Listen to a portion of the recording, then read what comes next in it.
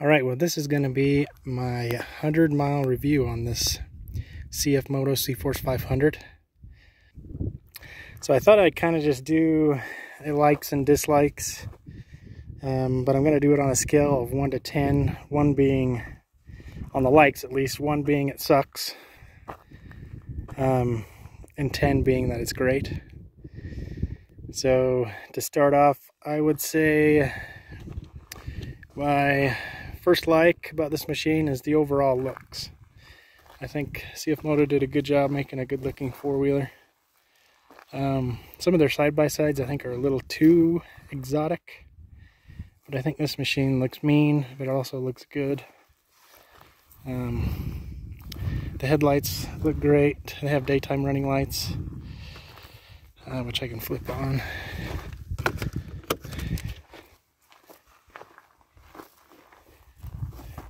So it's got those daytime running lights that look pretty sweet. Comes with the black wheels. They're not just the, the steelies that rust. And then that tail light also goes all the way across the back, which is kind of neat.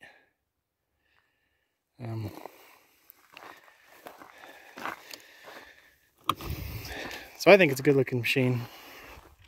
I give it a 9 on the looks. I think it's one of the better looking ones. But looks are subjective, that's just my opinion. And that's one thing I do like. I also like the gauge. So it kind of just gives you the bare essentials: speedometer, trip, overall trip, hour meter, voltage, four-wheel drive, cooling and fuel. It also has a clock up here in the corner. My only complaint with it really is that instead of the bar on the temperature gauge, I wish it had a number to go along with it, just to give you kind of a better idea what temperatures you're running. And another thing I wish it had is a belt temperature. It doesn't have that, but I don't really know if there's very many machines out there that do. Anyways, that's another thing I like about this machine. And on my scale, I gave it an 8, so I do like it. Next, I'd have to say the usability or the utility. And when I say utility, I don't necessarily mean work. I just mean like function. These composite racks are super sturdy. They've got tie down points everywhere. You can get a regular bungee hook through these holes, and I know CFmoto makes their special kind of link system that goes on here. But it's just a sturdy rack, and I like it, and it's kind of got almost like a little bit of a rubberized feeling on this diamond plated section. And I also think they were smart in making them identical, so that if you buy accessories, you can either run it on the front or the back, because they're the same.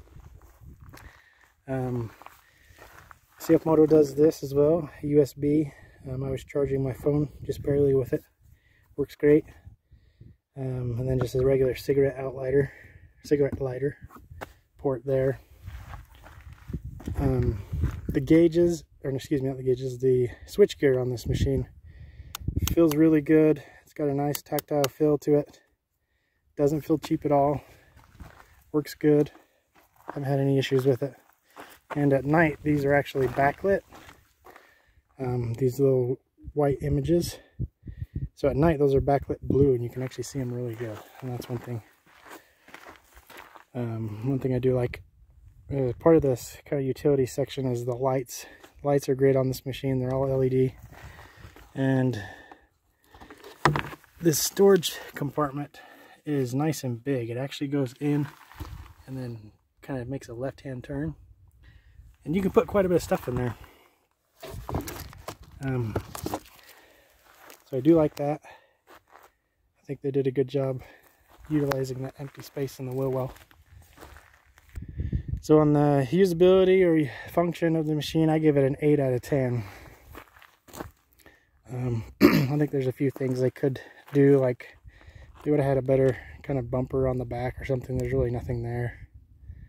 Just a few things I think they could have also provided. This is also a like and a dislike, and I'll get to the dislike in a minute. But the engine brake on this machine works really well, and both in high and low gear, but specifically in high gear, I really like it. If you let off the throttle, it'll basically bring you to a stop, but it's not abrupt at all. It just slowly coasts you down in speed. Where I ride, it's always in the mountains, so having a nice engine brake is a bonus. And then just the engine itself, I think this 500 makes good power. You know, it's fun, it pulls hard. I think it's got pretty decent torque. Granted, like I said, this is the only machine I've ever owned, so I really have nothing to compare it to. But just comparing it to like side-by-sides and whatnot, I think it's got some pretty good get up and go. And then the number one like on this machine, it'd have to be the price. So in my area, they're selling these for $6,200. That's what they have them listed online. So out the door, I don't know what should be, but $6,200 is what they're advertising for the 2023 models. This is a 2022. So trying to find a competitor that competes with that price, your closest competitor is probably going to be like a Yamaha Kodiak. And around here, they're still like low 8,000. If you get one that doesn't have any power steering, you may be under 7. But I'm sure the dealers don't stock those. Just on a side note, if you've seen the series called The Chosen, it's actually filmed right out here. Somewhere right along here. I don't know the exact location, but I know it's filmed right out here somewhere. They have a set out here that they use. So if you watch that series, you can tell that this is where they filmed part of it. I know they filmed some of it in Texas too, so. But some of the series is filmed here. On a side note. Anyways, we'll get back to the dislikes on this machine. So dislikes, 1 to 10. 10 being a nitpick, 1 being like I would sell this right now. It's a piece of junk. Just to give you an idea. The throttle is a little stiff, and it's oddly shaped too. It has like a real strong curve to it, and it's kind of stiff. After a while, your thumb gets a little bit sore. So I gave that a 4 on my 1 sell it, 10's a nitpick. Or, excuse me, no, I did not give it a 4. I gave it a 7. So it's more of a nitpick. But it is one thing I don't like about this machine, if you're looking for my gripes. Number 2 would be, like I said that the engine was going to be a good and a bad, or a like and a dislike for me. So it's got good power. The only thing is that I particularly, I guess, don't like personally is the power doesn't come on until about 5,200 RPM in low and high gear. So you kind of got to rev it out a little bit higher than I would like. I would kind of want it to be a little bit more snappy. But I gave that a 7.2 on my scale 1 to 10, so more of a nitpick more than anything. Not a deal breaker at all. It's just something I'm not particularly fond of on this motor. And then the number 1 dislike, if you've watched any of my videos, it's this shifter. So I've been having problems with getting it into low gear. But I found today, if you actually shove the gear shifter all the way up into this very corner and not just pull it around like this, but if you shove it all the way up, it seems to stay in low gear. If I had to make a 4-point turn on a trail to turn around, if you were in reverse and if you were on any kind of a slope, say the back end was kind of kicked up because you're trying to do a 4-point turn and turn around on a tight trail, good luck getting that out of reverse and into low or high gear. You really got to rock the machine or something. but it's difficult, which, I don't know, it just kind of bugs me. Granted, like I said, haven't really experienced any other ATVs on the market right now. They could all be the same. They very might be that way, but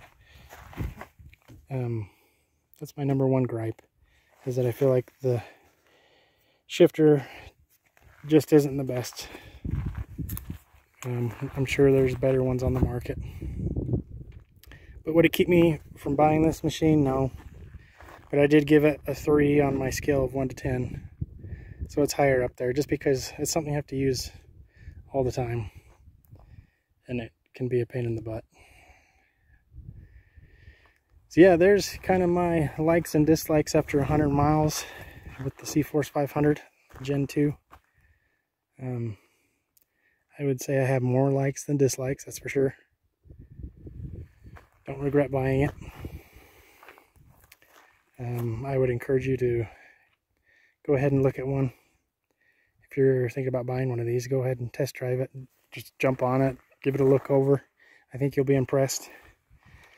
And I would do it quick, because I almost guarantee that here in 2024, 2025, whenever they come out with their refreshed model, the prices are going to go up.